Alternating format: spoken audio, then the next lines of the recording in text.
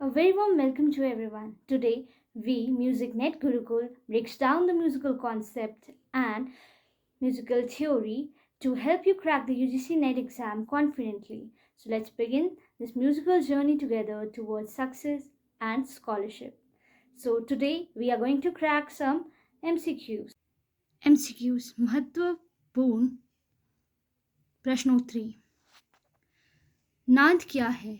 ध्वनि की उच्चता, ध्वनि की गहराई, ध्वनि की तीव्रता या ध्वनि की आवृत्ति। तो नाद ध्वनि की आवृत्ति है।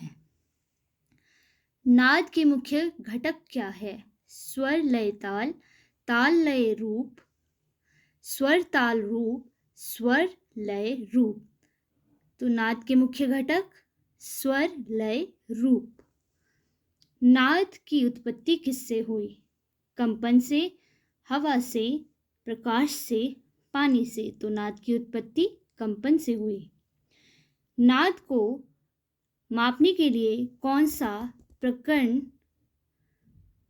प्रयोग किया जाता है?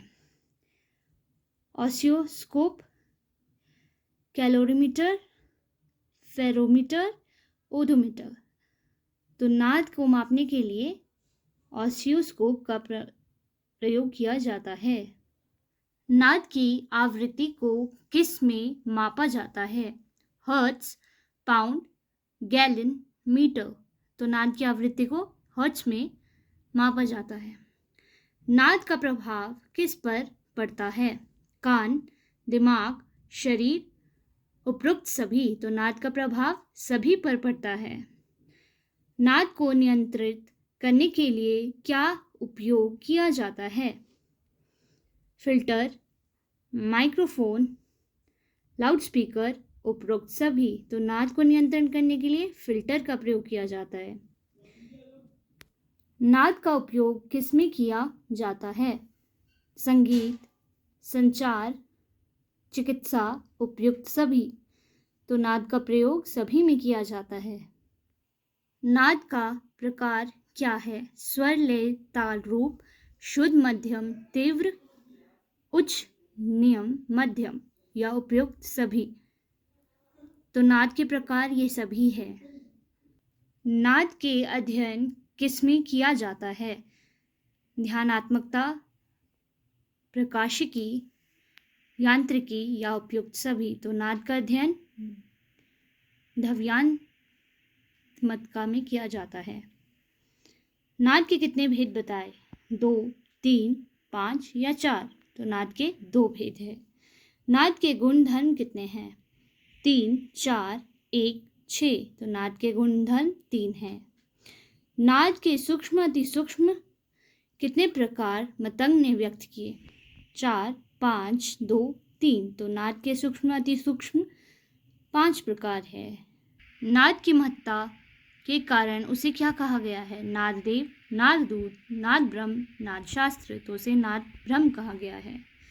नाद के रूप भेद कौन सा है? ऊंच नीचता भेद, नाद की जाति, नाद का टिकाऊपन, नाद का छोटा बड़ापन। तो नाद का भेद स्वरूप छोटा बड़ापन है। पार्श्व देव ने श्रुतियों के कितने नामों का उल्लेख किया है?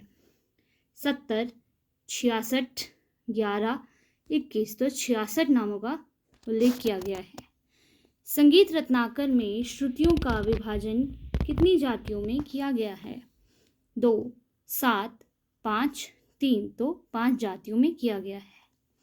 प्राचीन ग्रंथकारों ने अपने स्वर किस प्रकार स्थापित किए? प्रथम श्रुति पर, चौथी श्रुति पर, अंतिम श्रुति पर या दूसरी श्रुति पर? तो प्राचीन ग्रंथकारों ने अंतिम श्रुति पर स्वर स्थापित किए। आधुनिक ग्रंथकार अपने स्वर स्थापना किस पर करते हैं? चौथी श्रुति पर, प्रथम श्रुति पर, पांचवी श्रुति पर या अंतिम श्रुति पर? प्रथम श्रुति पर। प्राचीन ग्रंथकारों के अनुसार पंचम किस श्रुति पर स्थापित किया गया है? 14वीं, दूसरी, पंचमी, 17वीं। तो 17वीं श्रुति पर। मध्यकालीन संगीत ग्रंथकारों के अनुसार शुद्ध ऋषभ किस श्रुति पर स्थापित है? 11वीं, 7वीं, पहली या 8वीं? तो 7वीं श्रुति पर। VN भातखंडे के अनुसार शुद्ध मध्यम किस श्रुति पर स्थापित है? 11वीं, 10वीं, 12वीं या 7वीं? तो वो 10वीं श्रुति पर है। वादी व संवादी स्वरों को कितने श्रुतियों का अंतराल माना गया है? 9 से 13 श्रुति, 8 से 10 श्रुति, 2 से 11 श्रुति, 10 से 12 श्रुति। तो वादी संवादी स्वर का अंतराल 9 से 13 श्रुति का है। आधुनिक ग्रंथकारों ने तीव्र मध्यम किस श्रुति पर स्थापित किया? 9वीं, 5वीं, 11वीं या 7वीं? तो 11वीं श्रुति पर। VN भातखंडे ने कोमल ऋषभ को किस श्रुति पर स्थापित किया? 6ठी, 22वीं, 7वीं या 20वीं? तो 20वीं श्रुति पर। भरत ने किन श्रुतियों को मध्य के अंतर को प्रमाण श्रुति माना? 9 से 10वीं श्रुति के मध्य, 16 से 11वीं 17वीं श्रुति के मध्य, 10 से 11वीं श्रुति के मध्य व 7 से 9वीं श्रुति के मध्य। तो भरत ने 16 से 17वीं श्रुति के मध्य माना। श्रुतियां व्यवस्थित रूप से विद्यमान होते हुए जो मूर्छना, तान, वर्ण, क्रम, अलंकार आदि का आश्रय हो उसे मतंग ने किस नाम से की संज्ञा दी? मूर्छना, ग्राम, राग या स्वर? तो उसे ग्राम कहा गया। मध्यम ग्राम के पंचम स्वर की श्रुतियां कितनी बताई? 3, 5, 7, 9। 3। हिंदुस्तानी संगीत शास्त्रीय में कितने ग्रामों का उल्लेख मिला? 4, 2, 3, 7। तो कितने ग्राम? 3 ग्राम। षडज ग्राम की मूर्छना कितनी बताई? 9, 7, 10, 11। उसकी 7 मूर्छना बताई। मध्यम ग्राम का आरंभिक स्वर क्या है? षडज, मध्यम, गांधार या पंचम? तो उसे मध्यम ग्राम कहा। आरंभिक स्वर मध्यम है। गांधार ग्राम का आरंभिक स्वर निषाद, मध्यम, गांधार या ऋषभ? तो उसका स्वर गांधार है। षडज ग्राम का आरंभिक स्वर ऋषभ, गांधार, निषाद, षडज। षडज ग्राम का षडज है। मध्यम ग्राम की कितनी जातियां शुद्ध है? 9, 7, 3, 2। 3। मध्यम ग्राम की कितनी जातियों का अंतर्भाव है? 11, 12, 10 या 7? तो 11 का है। षडज ग्राम की कितनी जातियां शुद्ध है? 9, 4, 3, 1, 4। ग्राम का प्रथम स्वर को क्या कहते हैं? ग्रामश्री, ग्रामणी, ग्राम्य, ग्राम शब्द? तो उसे ग्रामणी कहा जाता है। गांधार ग्राम का अन्य नाम पंचम ग्राम, षडज ग्राम, निषाद ग्राम या मध्यम ग्राम? तो उसे निषाद ग्राम कहा जाता है। संवादी स्वर में कितने अंतर रहते हैं? 2 से 7 श्रुति का, 10 से 13 श्रुति का, 8 से 12 श्रुति का व 9 से 13 श्रुति का। तो उसमें 9 से 13 श्रुति का अंतर रहता है। ग्राम शब्द का सर्वप्रथम व्याख्या किसने दी?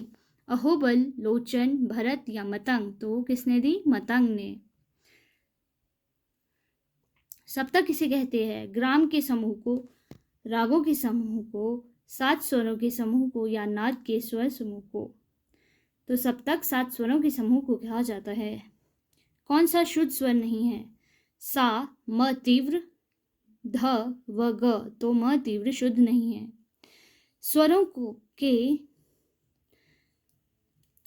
को किसके आधार पर विभाजित किया गया है? ग्राम के, स्थान के, मूर्छना के या श्रुतियों के? तो उसे श्रुतियों के आधार पर विभाजित किया गया है। शुद्ध स्वरों की कुल संख्या 11, 7, 10 या 9? तो कितनी है? 7। विकृत स्वरों की संख्या 3, 4, 2, 5। सही उत्तर 5। मध्यम सप्तक में स्वरों की पहचान का क्या चिन्ह होता है? जिनमें कोई रेखा या बिंदु ना हो, जिनमें नीचे बिंदु हो, जिनमें ऊपर बिंदु हो या इनमें से कोई नहीं? तो मध्यम सप्तक में जिनमें कोई रेखा या बिंदु ना हो। कोमल स्वर कौन से होते हैं? सा, प, रे, ध, म तीव्र प या रे ग ध्वनि कोमल? तो सारे रे ग ध्वनि कोमल ही कोमल स्वर कहलाते हैं। तीव्र मध्यम को अन्य किस नाम से पुकारा जाता है? निषादी मध्यम, लघु मध्यम, कोमल मध्यम या मध्यम? तो उसे लघु मध्यम कहा जाता है। मध्यम ग्राम का अन्य नाम मध्यमा, अध्वदशक स्वर, शुद्ध मध्यमा या इनमें से कोई नहीं। तो मध्यम ग्राम को अध्वदशक स्वर कहा जाता है। सप्तक की कुल संख्या क्या होती है? 2, 3, 4, 1। तो सप्तक कुल 3 है। स्वरों के ऊपर जाने पर आंदोलन संख्या को क्या असर पड़ता है? आंदोलन संख्या घटती है, आंदोलन संख्या बढ़ती है, आंदोलन संख्या का समान रहती है, वह आंदोलन संख्या पर कोई असर नहीं पड़ता। तो आंदोलन संख्या बढ़ती है। किस सप्तक का प्रयोग गाने बजाने में अधिक होता है? मंद्र, तार, मध्य या कोई नहीं। तो मध्य सप्तक में अधिक प्रयोग होता है। किस सप्तक पर स्वरों की आवाज गंभीर रहती है? मंद्र, मध्य, तार या क व ख दोनों। तो मंद्र सप्तक में आवाज गंभीर रहती है। मंद्र सा की आंदोलन संख्या कितनी है?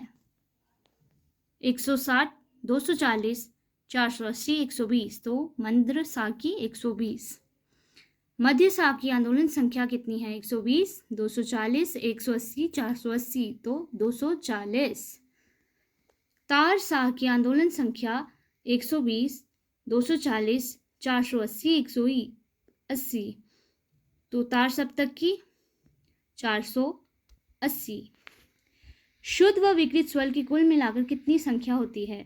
7, 12, 14 या 15। तो कुल 12 स्वर होते हैं। चल स्वर इनमें से कौन से हैं? सा प, रे ग ध, रे ग ध नि व रे ग ध नि म। तो रे ग ध नि म चल स्वर कहलाते हैं क्योंकि इनमें शुद्ध, कोमल व तीव्र तीनों का प्रयोग किया जाता है। चल स्वर कौन से हैं? रे ग म, प ध नि, सा प या इनमें से कोई नहीं।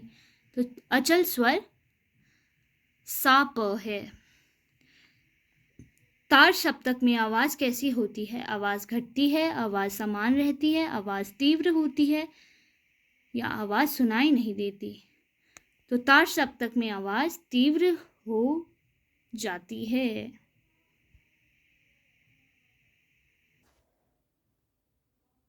Hope you like the session. Stay tuned and subscribe to the channel.